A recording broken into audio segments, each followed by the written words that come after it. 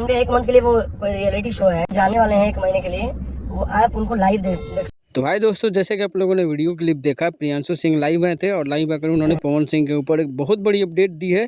Indirectly उन्होंने बताया कि पवन सिंह एक रियलिटी शो में जाने वाले हैं और जो 1 महीने के लिए पवन सिंह उसमें रहेंगे और आपको लाइव भी दिखाई देंगे। और आप सभी को पता है कि पवन सिंह को बिग बॉस में जाने के लिए बहुत बड़ी अपडेट सामने आ रही थी 2-3 दिनों पहले, सॉरी 6-7 दिनों पहले, जब नीलम गिरी को बिग बॉस में एंट्री लेना था।